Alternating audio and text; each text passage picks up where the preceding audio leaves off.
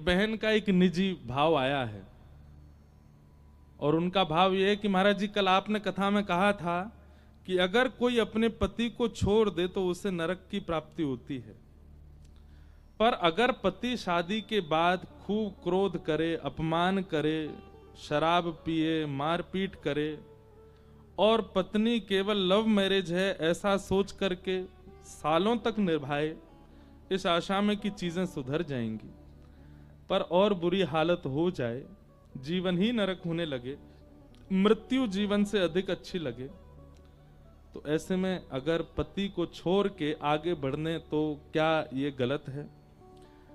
जल्दी में, प्रेम में भूल हुई, पर क्या अब जीवन भर इसका ही साथ करना चाहिए?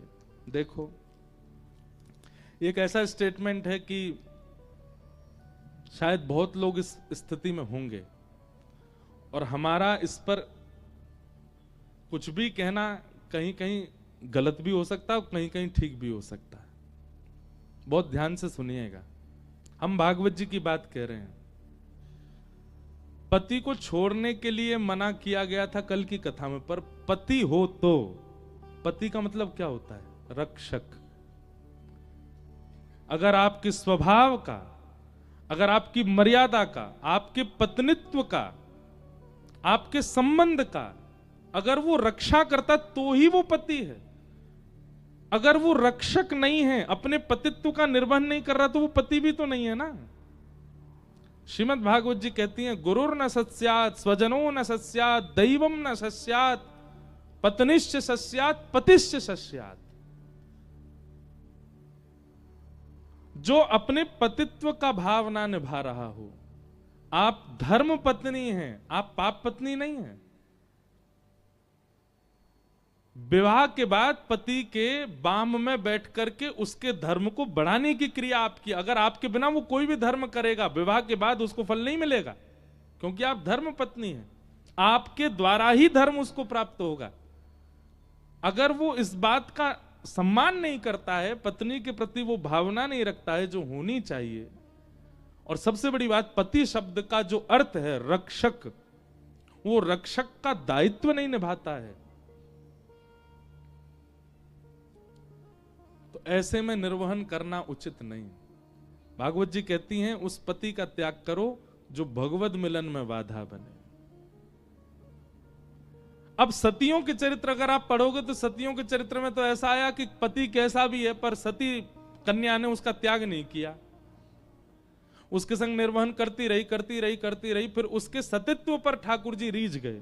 पर अगर आप सतित्व नहीं निभा पा रहे हैं और कहीं ना कहीं आप ठाकुर जी से विमुख होते जा रहे हैं, भक्ति से विमुख होते जा रहे हैं, पारिवारिक भावना, बालकों का, उनकी अपब्रिंगिंग वो भी नहीं कर पा रहे हो, तो फिर ऐसे विवाह का निर्वहन किस कार्य का है? तो कुछ बातों का ध्यान रखिए। पहली बात, यदि रक्षा का दायित्व वो नहीं निभा रहे हैं। दूसरी बात, मातृत्व और पत्नित्व का सम्मान नहीं कर रहे हैं। तीसरी बात, घर गृहस्थी, परिवार, बालकों का भी संरक्षण नहीं कर रहे हैं। और अंतिम बात, उनकी क्रिया से भगवत विमुख आप होते जा रहे हो, तो ऐसे में त्याग ही उचित है। ऐसे में त्याग ही उचित है। और ये बात मैं नहीं, भागवत जी कह रही हैं, पतिश्च सस्यात्, उस पति का त्याग करो जो भगवत मिलन में बाधा बने।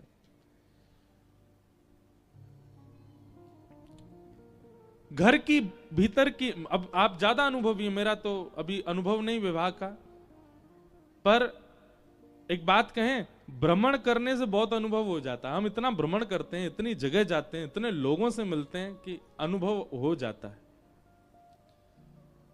ऐसा नहीं है कि सारे संबंध और सारे विवाह सदैव अच्छे ही जाते हैं, कलह सब जगह है। और मुझे तो ऐसा लगता है, विवाह शब्द की परिभाषा क्या है? विशेष प्रकार का भार। आप विवाह से पहले बहुत ज्यादा फ्री रहते थे, बहुत ज्यादा पंछी बन के उड़ रहे थे, पर विवाह के बाद एक विशेष भार आ जाता है आपके ऊपर। तो इजी लाइफ नहीं है विवाह के बाद भी,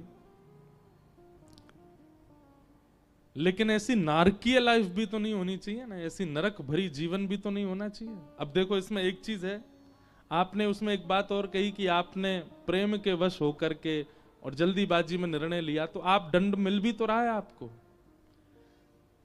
अब दंड भोग लिया, अब उसके बाद हमारे हिसाब से तो जो रक्षक पति का दायित्व ही नहीं निभा रहा है, माता का सम्मान ही नहीं कर रहा है, बालकों की परवरिश की चिंता नहीं और भगवत विमुख आपको कर रहा है, ऐसे में त्याग उचित। ये तो हमारी बात। और हम जाते जाते एक बात और कहेंगे,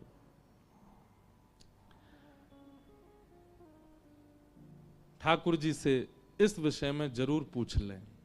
हमें ऐसा विश्वास है ठाकुर जी उचित उत्तर देते हैं। हमने बहुत बार अनुभव किया, हमारा तो पूरा जीवन ठाकुर जी पे ही चल रहा है। ठाकुर जी के सन्मुख पर्ची बना करके रखिए, जो भी आपके निर्णय हो, 2 हो, 3 हो, 4 हो, सब ठाकुर जी के आगे रखो। रात्रि शयन में ठाकुर जी को सुंदर भोग पधराओ, चरणों में वंदन करो और ठाकुर जी से निवेदन करना, मेरे लिए जो उचित हो, आपको जिसमें मेरी भलाई लगती हो, सुबह जब आपकी सेवा में हम आए, आप वही उत्तर हमको दीजिएगा। जरूरी नहीं है कि हर वस्तु का त्याग ही आपके लिए उचित होता है। कई बार गलत व्यक्ति और गलत परिस्थिति का परिवार में होना और संग में होना ही आपकी भलाई होती है। दूसरे दिन ठाकुर जी की सेवा करने जब जाएं, तो उसमें से एक पर्ची उठाइएगा, पूरे विश्वास के साथ उस बात का निर्वहन कीजिएगा। ठाकुर जी जो करें फिर उसका आज्ञा का पालन कीजिएगा। तो ये दोनों पक्ष आपके सामने हमने रख दिए हैं, जिनका भी ये पत्र है। बाकी द्वारिकाधीश सब मंगल करेंगे। भगवान करे कि त्याग की स्थिति ना आवे, ठाकुर जी ही सब मंगल कर दें, सब आनंदित कर दें। बस भगवत भाव आपके चित्त से नहीं जाना चाहिए, भगवत भाव बना रहे। गोस्वामी तुलसीदास जी के पीछे तो ब्याह के लिए महादेव पड़े। एक ब्राह्मण रोज अपनी पुत्री का संबंध लेकर के गोस्वामी तुलसीदास जी की कथा में आ जाते हैं। गोस्वामी जी से कहते, मेरी पुत्री आपकी बिल्कुल योग्य, आप उससे ब्याह कर लो। अब गोस्वामी जी मना करते। एक दिन महादेव प्रकट हो गए और महादेव प्रकट होकर के बोले, तुम्हारी कथा में एक ब्राह्मण आते हैं। बोले जी, अपनी पुत्री का संबंध लेके। बोले उसी से ब्याह करो। और महादेव ने कहा, उससे ब्याह करोगे उसी से ही तुमको प्रभु श्री राम की प्राप्ति होगी। अब सोचो, महादेव यदि आज्ञा कर रहे हैं तो इसका मतलब है कि पत्नी अनुकूल है। महादेव यदि आज्ञा कर रहे हैं तो इसका मतलब क्या है कि गृहस्थाश्रम बहुत बढ़िया होगा। लेकिन हुआ उल्टा। रचा ये था गोस्वामी जी के जीवन में कि एक पत्नी से इनका विवाह हो और उसके प्रेम में ये पड़ जाएं, फिर एक दिन वो इनको ठोकर मारे, इनको त्यागेगी, तब इनको राम जी मिलेंगे।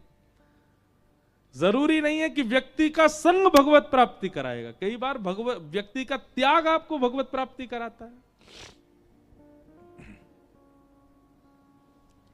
एक बात और मैंने कहीं सुनी, वो जब लड़का लड़की का ब्याह होता है तो उनके गुण मिलवाते हैं, कितने गुण मिल रहे हैं। तो उसमें एक पंडित जी कह रहे थे, पंडित जी नहीं, घर के लोग कह रहे थे, बोले गुण कम ही मिलने चाहिए, ज्यादा नहीं मिलने चाहिए। मैंने कहा क्यों?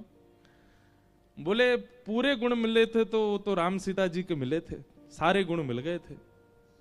महाराज जी ऐसा कैसा जीवन है, वन में जाना पड़ा, ये जाना पड़ा। अरे आपका मतलब क्या है कि चैलेंजेस नहीं आने चाहिए लाइफ में। ऐसी कुंडली लाओ, ऐसी लड़की से ब्याह करो, ऐसे लड़के से ब्याह करो कि जहां पर दोनों पूरे दिन सिंहासन पर बैठे रहें, कुछ नहीं करें, चाय की चुस्की लें, कॉफी पिएं, बड़ा पाव खाएं, डोसा खाएं, मजे करें आनंद में दोनों, बिल्कुल कोई उनकी लाइफ में आंच भी नहीं आवे। ऐसा नहीं होता। राम सीता जी का विवाह हुआ, उसके बाद वनवास हुआ, ये विशेष बात नहीं है।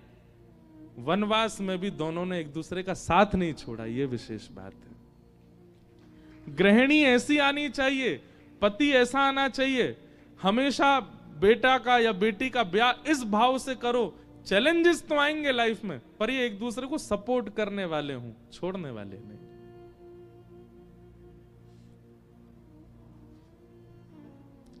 तो जिन बहन का भी ये भाव है, हम आपसे प्रार्थना करते हैं, एक निर्णय आपका गलत हो चुका है पहले ही, अगला निर्णय ठाकुर जी पर छोड़ो और बहुत सोच विचार करके, जो बातें मैंने 4 कही हैं, उन बातों में यदि आपके पतिदेव नहीं घट रहे हैं तो फिर ठाकुर जी के सन्मुख भाव रख के या तो स्वयं ही दृढ़ विश्वास करके त्याग करो या फिर ठाकुर जी से पूछो। और अगर ठाकुर जी कहें कि संग रहना है, उसके बाद सब त्याग दीजिए, बस ठाकुर जी की बात का निर्वहन कीजिए, शायद उसी में आपकी भलाई हो। और अगर ठाकुर जी कहें कि त्याग ही उचित है, तो फिर श्री द्वारिकाधीश के चरण सन्निधि ले लीजिए और आगे बढ़िए। बोलो द्वारिकाधीश की।